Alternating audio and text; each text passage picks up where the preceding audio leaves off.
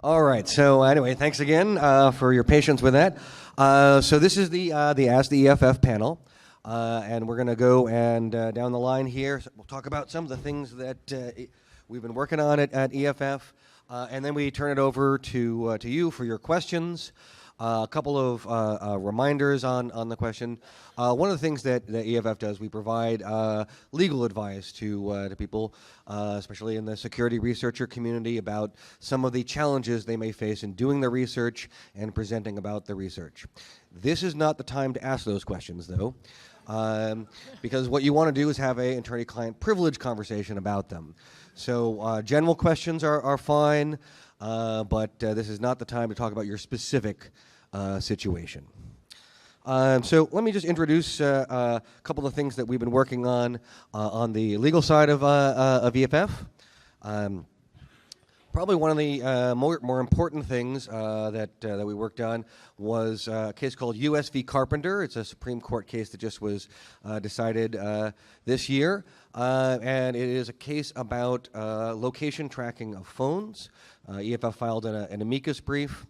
The case determined that the police needed a warrant before they could track your phone through the cell towers. Yeah, it is. This is a very important case. And the way they did it was to decline to extend the third-party doctrine to location information, which is very interesting. The third-party doctrine is a doctrine that's been around since the 70s, and the basic idea is if you hand over your information to somebody else, then you've lost your privacy interest in it and no warrant is required. And originated in a case that was dealing with dialed digits, pen register, if you're familiar with the term, and they wanted to see if this guy was making obscene phone calls to the victim by checking out what numbers he dialed, and the notion was, well, you gave those numbers to the phone company by dialing them, so you lost your privacy interest. This has been the cornerstone of a lot of the government's attempts to increase the ability to get things without going through a court, without going through a judicial process. And in an era where you put all of your email on Gmail instead of in your house, you use a cloud storage, all these things, the government would say, well, you've given it to somebody else, and this should be a universally applied doctrine every time you give it to someone else. So this is an important ratchet back of this. And while the court said that decision was narrow in the sense that it was only deciding what was before it, the logic of that is going to be something very useful. A couple more things that we did on the legal side. Recently, we were able to get an injunction lifted against publishing the law. This may seem to be a strange thing. You're expected to know the law. Like, most people know, ignorance of the law is no defense. But as it turns out, in a lot of areas, what legislatures will do for especially for construction planning codes, standards, is the law will be you have to follow the standard published in this manual, standards book, so on. And those things are copyrighted by a private company, and so basically you have to pay to find out the law that you are required to follow. So we had a client who was putting some of this stuff online, claiming fair use. We think it was a good fair use case, or that it would be unconstitutional to require someone to have to pay a fee to see the law. And so we just had the injunction on that lifted, and the case will continue, but it was a very important victory for knowledge about what the law. One more thing to mention, another case that we recently filed, FOSTA, SESTA FOSTA, was a bill that was passed earlier this year that was attempting, or purporting at least, to try and restrict human trafficking online, but it had a lot of extreme consequences for websites, has a lot of problems with how the law has been drafted and how we're afraid it will be applied, so we filed a constitutional challenge to SESTA FOSTA. We're looking forward to the results there. Those are just a couple of things, but I don't want to take too much time so we can get to your questions, so I'll turn it now to Vivian. Hi, I'm Vivian. I'm a senior software engineer at EFF. I'm a member of EFF's engineering and design team. So we're a team that supports the rest of the organization by building and maintaining websites. We work on EFF.org and our donate page. We also build sites that support the privacy tools that EFF builds, for example, web interfaces and documentation pages. We maintain a platform for online organizing called our Action Center platform. And finally, we build a large number of small sites to support individual campaigns and projects. Something cool is, so I'm going to talk about a few of the sites that I've worked on in the past year. They're all open source, so if you're curious about them, you can check out our GitHub. Something else that kind of cuts across all of our sites is that we work really hard to support NoScript users who have JavaScript disabled. We do testing to make sure our sites work on Tor browser. And we also are increasingly trying to focus on web accessibility to make sure that they're accessible to all of our users.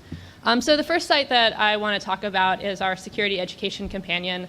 And this was something that I think really came out of some of the energy after the election where people were wanting to do more security trainings, and EFF was really wanting to support some of the grassroots work that was going on. And so this is a companion site to a site that some people might be familiar with, which is Surveillance Self-Defense. And that site provides guides to individuals who want to learn about their personal security. Our Security Education Companion is a tool for people who want to run trainings.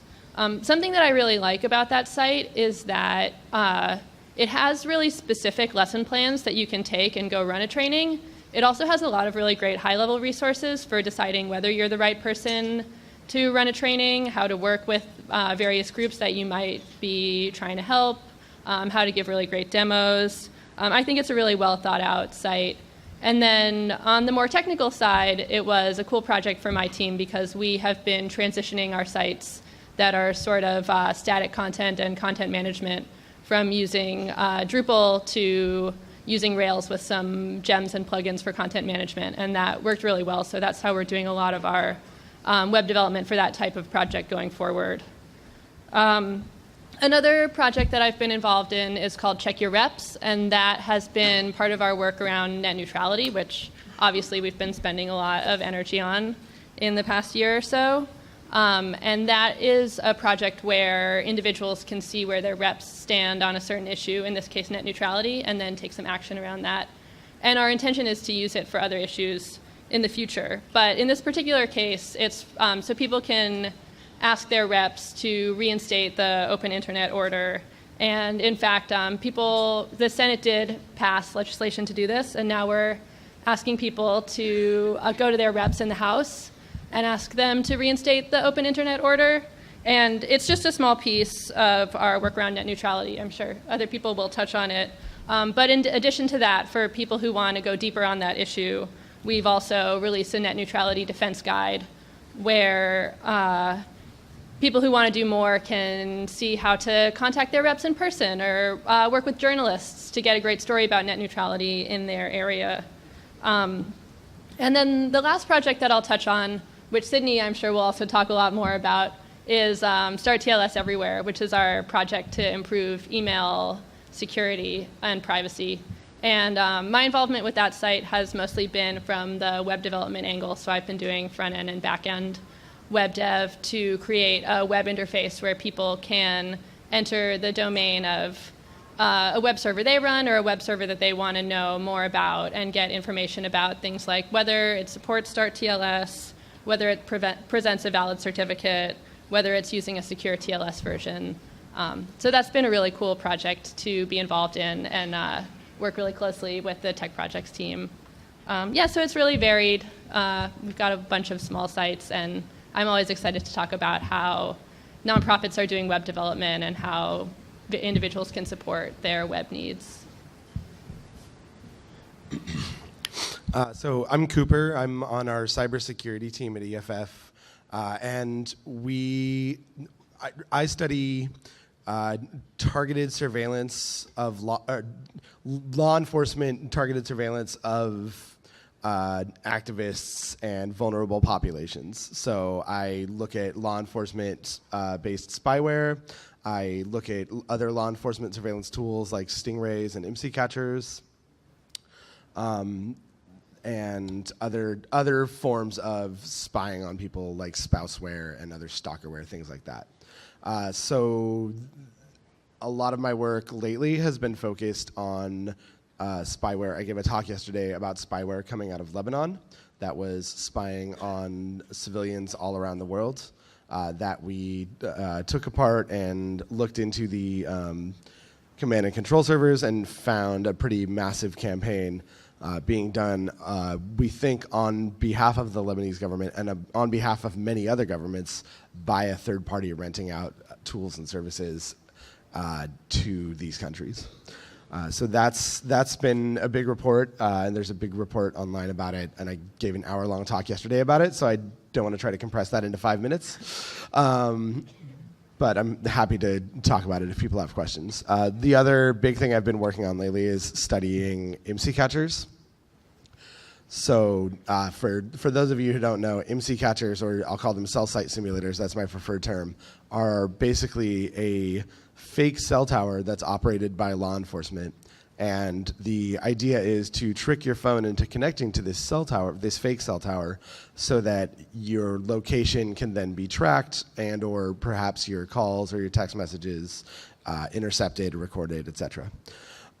So the old models of IMSI catchers were often colloquially known as stingrays, which was one of the major brand names.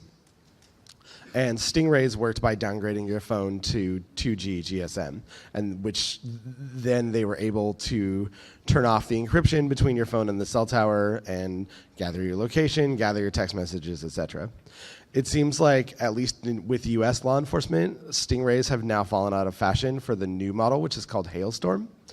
And we're not sure how Hailstorm works yet, but according to the marketing documents for the Hailstorm, it's able to attack users over 4G without doing a downgrade. So we're not sure how that works, and I'm trying to research and find out anything we can about how this works and what we can do about it. I'm also taking some policy and legal approaches to this. I'm trying to work with the 5G committee to see what threats we might be facing from IMSI catchers in the upcoming 5G standard. And I'm trying to work with phone companies and manufacturers, Apple and Google as well, to try to figure out ways that we can stop IMSI catchers from working in the hardware itself.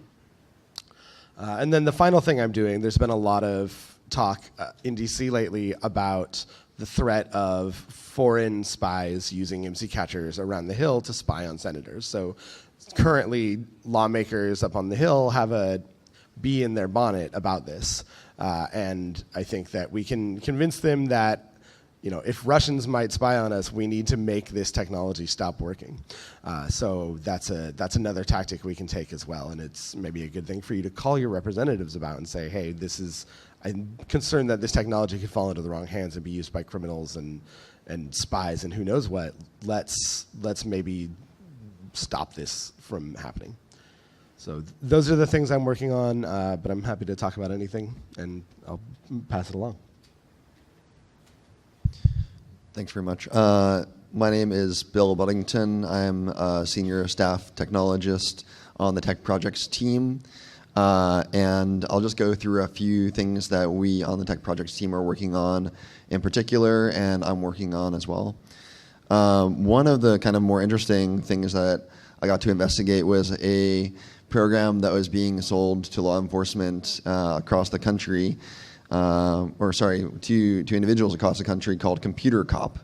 And this was a piece of software that is basically spyware for parents to spy on their kids, and basically, if you type in some key terms that the parent identifies as well as that are built into the program itself, it'll send reports back to Computer Cop and let the parents know about it. And so we investigated this program and found that these terms themselves would be triggered when only partial word fragments were typed in. They would, send all the data back to the Computer Cop servers unencrypted. lots of shady practices. So it was very poorly written software in general, but also a piece of spyware that was particularly malicious. And that's kind of one of the things that we try to look at is some of these programs that limit the freedoms of individuals in the digital sphere, make sure that we can tackle some of those issues in terms of reverse engineering, in terms of looking at how these programs actually work through forensics. One of the things that I recently looked at was the kind of assumption that Facebook is sending audio communications or microphone signals back to Facebook servers. So we analyzed that and found that no audio signals were being sent, but there's a lot of other beacons that they're sending all the time, even applications that are open source, like there's one application that's a open source street maps called maps.me, and it was sending beacons back to Facebook, and we do that through basically installing a root certificate into Android phones and analyzing the traffic that way. So that's one of the kind of really interesting investigative work that we've been doing on the Tech Projects team. I'm the lead developer of HTTPS Everywhere. You might have heard HTTPS Everywhere. The history of it comes from in 2009. Thank you. In 2009, there was an extension that you might have heard of called Firesheep. And Firesheep basically performs real-time man-in-the-middle on traffic that is on a open Wi-Fi network. It basically grabs session cookies and basically inserts them into an active browser session that you have running locally, based on who you're looking at across, in the coffee shop, for instance. And so what Firesheep did was it logged you, without actually stealing any credentials, it logs you into an active session of another user.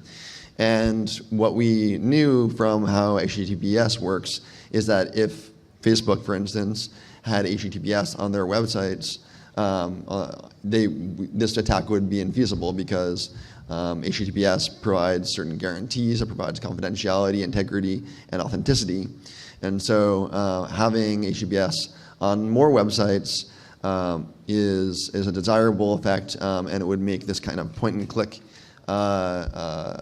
attack much less feasible.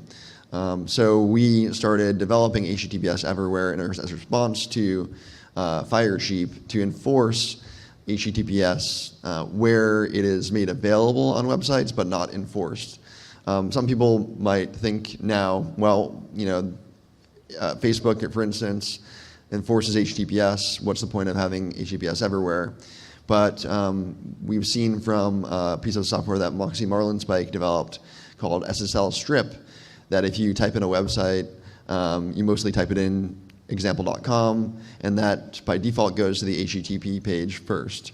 So what HTTPS Everywhere does is it enforces that first connection going to the HTTP version of that site. So that's one of the things that I've been working on. In the past year, HTTPS Everywhere has moved to web extensions. Firefox used to have extensions that were that the technological infrastructure of which was so small that all the global variables were prefixed by NS, which is Netscape.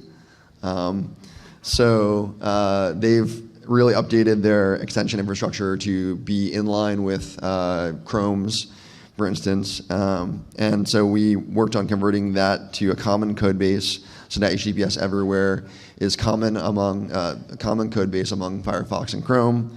We also added cryptographically signed update channels. So between every extension release, you'll basically get an update of the rule sets themselves, those regexes that let you know when to upgrade websites. and you'll get a bundle. You verify that using the Web Crypto API, which is newly available even in Tor browser, which uses an ESR pinned, older, more stable release of Firefox.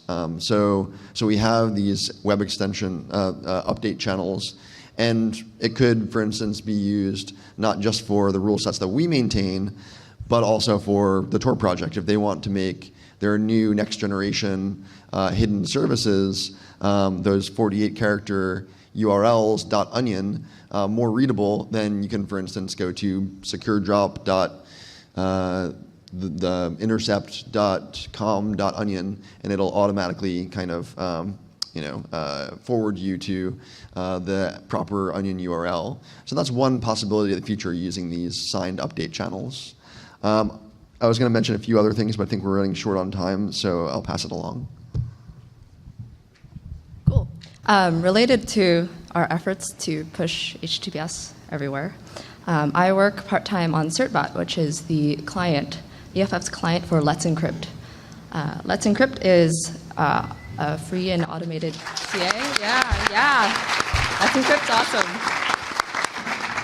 And we've had a lot of success in the past, like just 2 years. I think there is a statistic, 80% of page loads in the US on Firefox were over HTTPS. So yeah. That's really cool.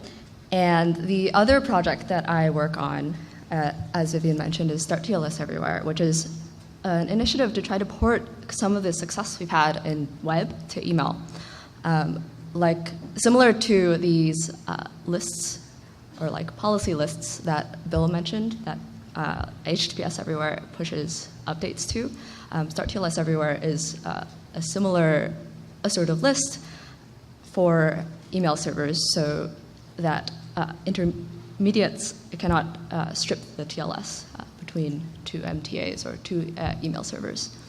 But yeah, if you've had the immense pleasure of running your own mail server, you may have heard or you may know that TLS for email is opportunistically upgraded.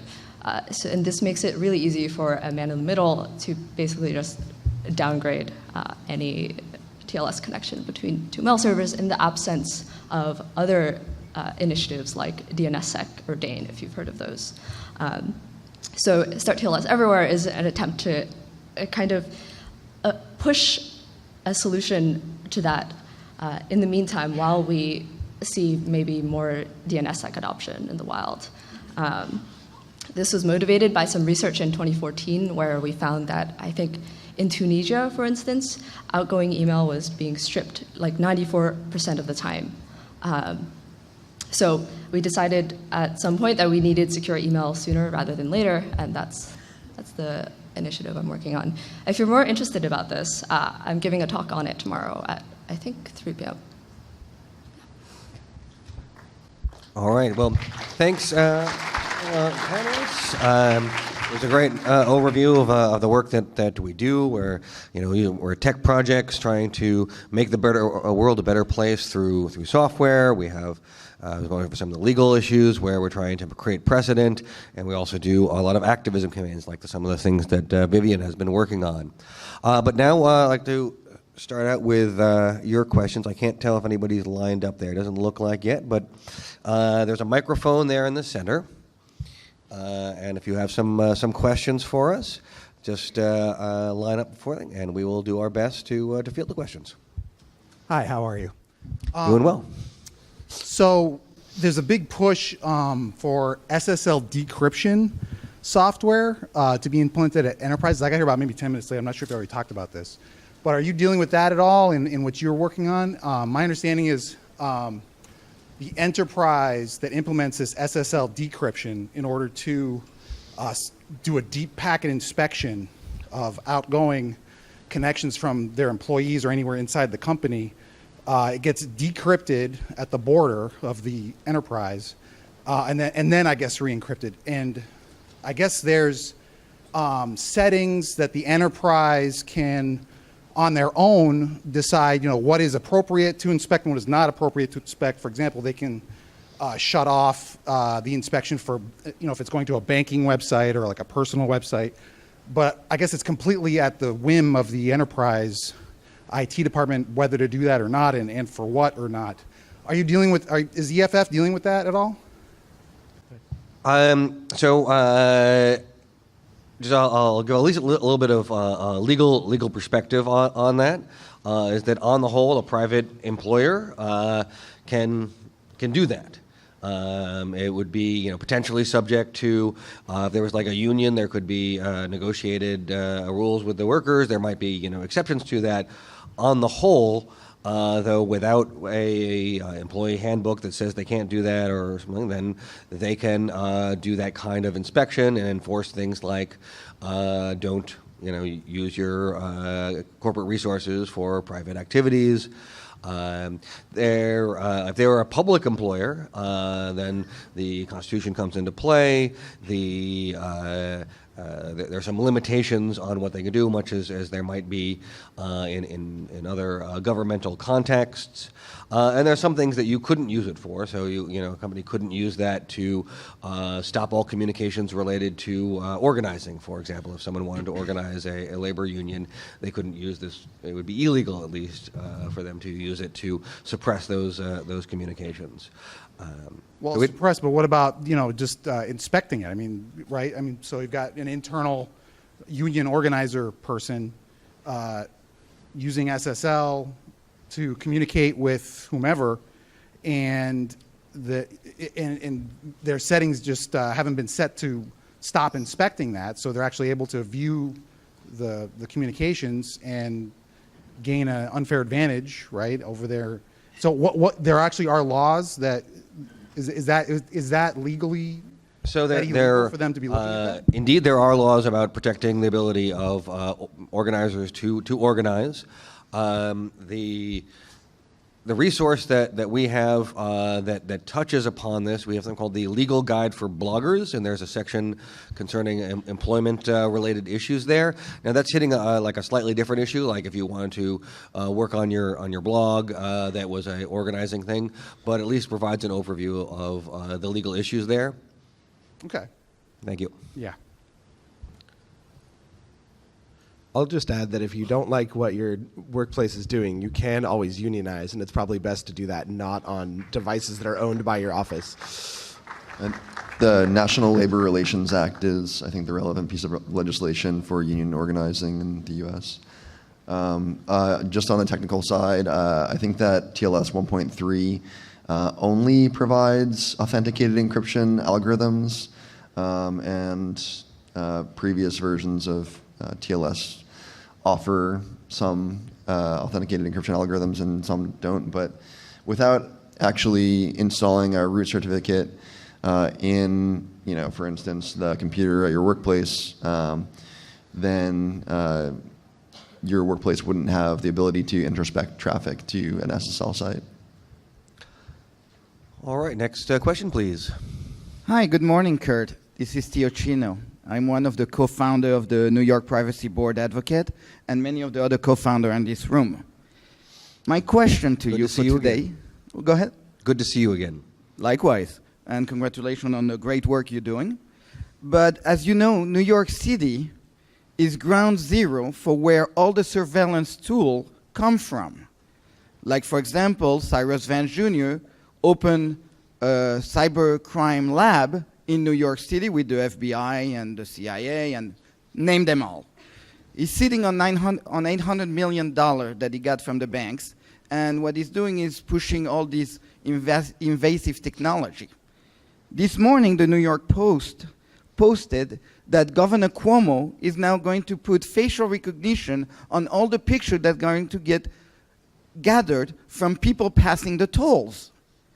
My question to you is still the same. When are you going to open a New York City branch of EFF to protect us here, and so you can learn about all this technology that is being used, that is being developed on the West Coast and used on the East Coast? So we need you here. When are you going to open that thing? All right, thank you for that question.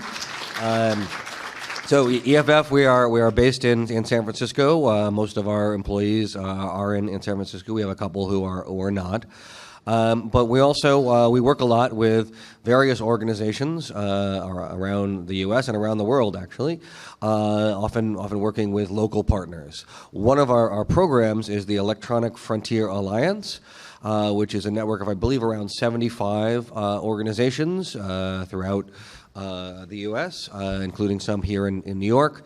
That we try to help give them the tools in order to be good advocates on the local issues. And so absolutely there are important fights to be had in all sorts of jurisdictions, and New York is certainly among them. So our current strategy is to work with local organizations, and we have no current plans to make an office in New York. I'll just add that we need to fight these sort of surveillance technologies at every level. We don't need one organization like EFF fighting. All of you need to be fighting these surveillance technologies through every means you can, through technological innovation, through calling your people, through calling your representatives, through putting pressure on companies to stop doing this, through boycotts, through direct action. We need to fight this every way we can, because this is how we slip down to dystopia. This sort of surveillance comes along slowly, but then we realize we're a frog that's in a pot, and the pot is boiling already, and we have no idea what to do. So fight it on every level. Fight it now. Fight it in your jurisdiction and everywhere.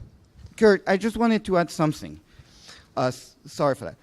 It's not the same thing. EFA, we are part of EFA, and we are a leader group. But for example, on next Friday, we are going to meet the first chief privacy officer of the city of New York, something we lobby for 2 years to be put in the Charter of New York.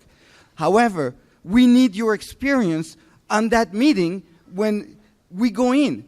I spent 3 hours dealing with her, she tried to push me off, and she's in charge of police privacy, Link NYC, all those tools. So we need an office for EFF to help us lobby those people who are pushing those policies out there. Not the same thing. EFA and EFF, two different things.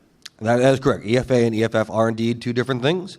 The Electronic Frontier Alliance is a lot of really great organizations who are making a difference in their home regions, and we try and provide support for that, but it is not the same thing. Also, I'll just add where, I mean, a lot of EFFers are native New Yorkers. I'm a native New Yorker. And we have someone at the booth you can talk to about New York's specific situation. It's Nash, my coworker. He's worked a lot on, Link NYC issues and a lot of that kind of stuff, and coalition building within New York in order to oppose surveillance programs.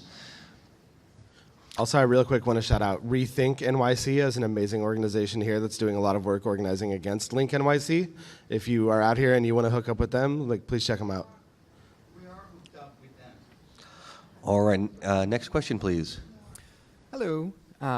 I realize you may be reluctant to comment on legislation that you are currently litigating the constitutionality of, but if you are willing to say anything about it, could you say anything about the consequences of FOSTA and SESTA for CDA 230 immunity for Tor exit operators? Oh, for Tor exit, I'll start out with just an overview. It's SESTA FOSTA is for those who are not familiar with it was making some changes to a couple of laws in this effort, or the purported effort at least, to fight sex trafficking. Though it reduced the applicability of Section 230, which is a law that's been on the books since 1996, that has been extremely instrumental in protecting websites for the liability of what their users have done. It's sort of like don't sue the soapbox for what the speaker has said is the basic gist of 230, and this has been ratcheted back, and this has caused a number of websites to shut down sections like personal ads in case somebody was using those personal ads to put in a sex work advertisement. On Tor exit nodes, Yeah, I think most of the time when we deal with a situation where there's a Tor exit node that someone is looking into, it's a conversation with who are looking into it that there's nothing there for you to find. That the Tor exit node doesn't have the data that they're trying to do, and they're trying to pin it on the underlying person, and in many cases just explaining what a Tor exit node is, how it works, is sort of enough to resolve the circumstance. I don't think that should change with SESTA FOSTA, but if people do start to say, well, no, because of SESTA FOSTA, I'm going to hold the exit node operator liable, we would certainly be very interested in that case. One of the pieces of software that you can use, I mean, there's education that Tor people do, and talking with law enforcement is when there's this piece of software called Exonerate Tor. So it basically lets you type in an IP, you type in a time, and when you saw suspicious activity, and it'll let you know if a Tor exit node was operating on that IP or not during that time. So that's one thing that you can use to exonerate someone who is supposed of suspicious activity. Thank you. Hello. Is EFF taking a position on the Kavanaugh nomination to the United States Supreme Court? And if he is confirmed, how do you see the future for our rights? So we've been definitely looking at the Kavanaugh history, trying to find, looking at basically the cases where he has touched upon our issues, and what we found is not good. Kavanaugh looked at the NSA's call detail records program, and he found that was totally okay. This was in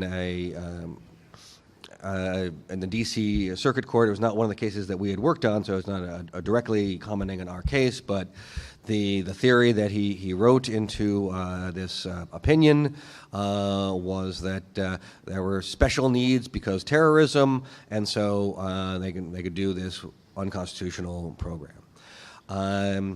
We have pushed very hard for net neutrality, and he thought that the FCC rules about net neutrality were unconstitutional, and so which is further than other courts had ever gone.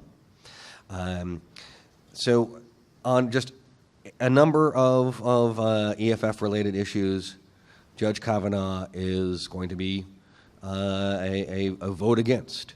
There may be some where it could be okay. I don't actually know if he's had a lot of strong opinions on like copyright and fair use issues, but as overall package. How do you see him with search and seizure? On search and seizure, I think it is probably going to be more friendly to the government side of things. There's sort of an interesting trend at how it works that going to an originalist point of view on things like search and seizure, where it's more focused on things like trespass and there was a case a while back that this was a Supreme Court case, not a Kavanaugh case, but U.S. v. Jones that was dealing with placing a tracker on a car, and ultimately that decision was that a warrant was required for that. But there was a school of thought where the reason why a warrant was required is because you were like physically going up to the car and tracking something, and thus getting into that space. And I would be concerned that he might go down that sort of direction, which may lead in some cases to a warrant being required, but is a more limited view of the Fourth Amendment than we would like.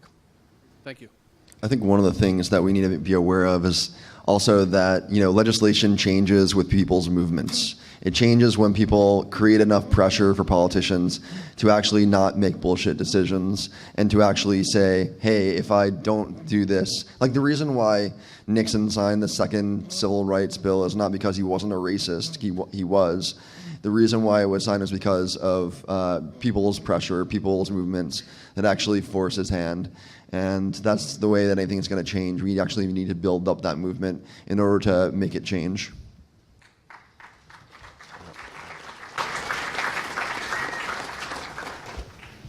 I'm wondering if you could talk about your process for developing the security education companion and the surveillance self-defense. I'm passionate about security education. I'm curious about some of the pitfalls and lessons learned that came along with building this security education curriculum. Yeah, absolutely. So I was definitely more focused on the technical end of things, but I partnered really closely with someone on our staff, Soraya, who's here at this conference. You should definitely look for her if you want to talk to her about it more. And a really big part of it was that we worked with other groups who were already doing some security trainings. EFF does some, but I think that we really see our role as enabling other groups to do this work because there's so much of it to be done. And we think it's really important for people to work with communities that they are a part of. And of course, we're not a part of all of the communities across the United States and across the world. So that was really great. I really appreciated that aspect of it. And we also did a lot of user testing, having people run through these curricula and doing trainings and giving feedback. I think some of the things that we have some specific guides about are interacting with other people's devices and how to do that well, because people have really personal relationships with their devices, and so when you're giving demos or you're doing hands-on work, it's really important to bring sensitivity to that. We also talk a little bit about what we call techie power, which can be a good thing. A lot of us are subject matter experts, but it can also be something where, you don't want to come into a room and say, I'm the expert and you don't know anything and I'm going to tell you what to do. You really want to help people feel like they're empowered to understand their own devices. And so I think there's a real balance to be struck between helping people understand what the threats are, but also letting them know that there are things that they can do to combat those threats rather than just being like, it's a scary world out there and you can never have any sort of privacy. And one way that we sort of tackle that is through the idea of threat modeling. So helping people think about what are the most important threats to me as an individual and what am I prepared to do to address my particular situation. Hi. Are you able to give an update on the Section 1201 litigation or anything you've heard about this year's DMCA exemptions? So I have not worked on that issue directly, but just I can give a brief summary for the others here, where Section 1201 is referencing to a section of the Digital Millennium Copyright Act. This is the anti-circumvention provision. So it is a law that was created in the late 90s after the pretty much the recording industry, but also movies, were tired of trying to come up with DRM to stop copying, and then people would figure out ways around it. And they said, okay, well, what we'll do is we'll make it illegal for someone to circumvent DRM. And then people said, oh, but what about this? What about that? There'll be all these problems. They said, okay, we'll have every 3 years you can say where there should be an exception to 1201. And so every 3 years we go to push for those exceptions. So that is underway, but I don't know what the current status is. And then we also have a lawsuit which is challenging the constitutionality of 1201. And that challenge is also ongoing. Thanks.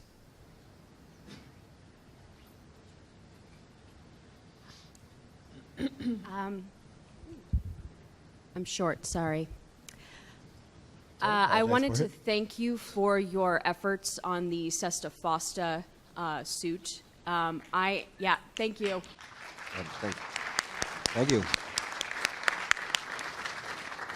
I am an advocate and activist in the alternative sexuality and sex worker community, and in addition to all of the implications of Sesta Fosta for technology and privacy and things of that nature, there are people who, having lost their ability to advertise whatever services they are offering in a safe manner, have killed themselves because they don't want to go back to a situation where they were, well, essentially being trafficked by pimps. Ironic that SESTA and FOSTA is doing the exact opposite what they're trying to do. I wanted to know if the EFF was aware and had any plans to look at the other pieces of legislation that are potentially coming down the pipeline, the Stop Banking for Traffickers Act, which I'm not sure how far along that is. And also I wanted to know, people who are not coming at this from a technical perspective, how can we help you? Very good question. So in the first instance, yeah, absolutely, it is terrible that this law, which again they purport is trying to protect people from sex trafficking, is actually driving people away from a relatively safer ways of being able to advertise and get in touch with customers to relatively unsafe ways. So having sort of the opposite effect of what it purported to be. And we tried to fight this law, before it passed. And it seemed that actually, pointing that out to the legislatures, that it was going to have the opposite effect of that didn't really matter to them. I don't think that they were as sincere as you might like in their efforts to stop trafficking. And I think they really just wanted to make life more difficult for sex workers and put something that they could tell their constituents, here's what I've done on this problem, even though it was completely ineffective. So our legislative team is always paying attention to new legislation, and if we see more that comes down the pipe on that, we will look for it. Though, I mean, we do focus mostly on digital issues, so there would have to be a nexus with our core strengths. But when we can find a good opportunity to get involved where it does hit into our core strengths, we'll totally do that. And then on the question of how you, as all of you, could get involved, it takes everybody to get involved with these things. We have the Action Center, action.eff.org, where you can go there and see what current campaigns are, and that might be calling your representative or signing a petition or tweeting at representatives can also be effective. There's a lot of things that you can do. The basic system is that the more effort you put into something, the more effective it is. That like an in-person meeting with your representatives is going to be much more effective than sending a letter. A letter will be more effective than sending an email. A phone call would be yet more effective. So it's basically correlated to how much effort you're willing to put in.